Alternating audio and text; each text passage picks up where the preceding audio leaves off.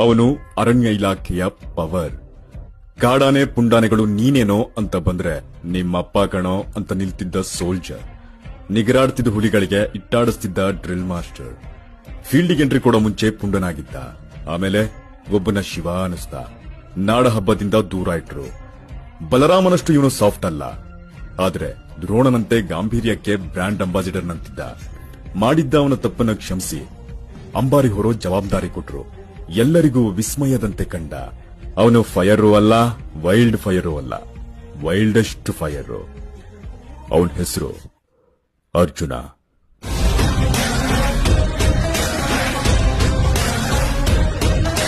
ಸತತ 22 ವರ್ಷ ದಸರೆಯಲ್ಲಿ ಪಾಲ್ಗೊಂಡಿದ್ದ. 2012ರಿಂದ 2019 ತನಕ ಅಂಬಾರಿ ಹೊತ್ತು ಸರ್ವಿಸ್ನ ಪ್ರಸನ್ನಗೊಳಿಸಿದ. 2019ರಷ್ಟೊತ್ತಿಗೆ ಅವನಿಗೆ 60 ಆಗಿತ್ತು. ನಂತರ ಅರ್ಜುನನಿಗೆ ರಿಟೈರ್ಮೆಂಟ್ ಲೈಫ್ ಅನೌನ್ಸ್ ಮಾಡಿ ರೆಸ್ಟ್ ತಗೊಳ್ಳಿ ಸರ್ ಅಂತ ಕಳಿಸಿದ್ರು. ಅಲ್ಲ ಗುರುವೆ, 60 ಆದ್ಮೇಲೆ ಅಂಬಾರಿ ಹೊರಬಾರದು ಅಂತಿದ್ದ ಸರ್ಕಾರ ಆಗ್ಲಿ ಇಲ್ಲ ಇಲಾಖೆ ಆಗ್ಲಿ, ಅದ್ ಹೆಂಗ್ರಿ ಆನೆಗಳ ಕಾರ್ಯಾಚರಣೆಗೆ ಕರ್ಕೊಂಡು ಹೋಗ್ತಿದ್ರಿ?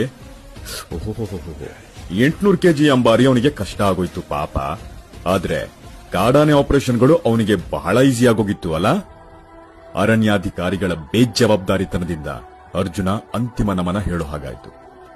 ಆಮೇಲೇನಾಯ್ತು? ಹಿಂದೆ ಏನಾಗಿತ್ತು?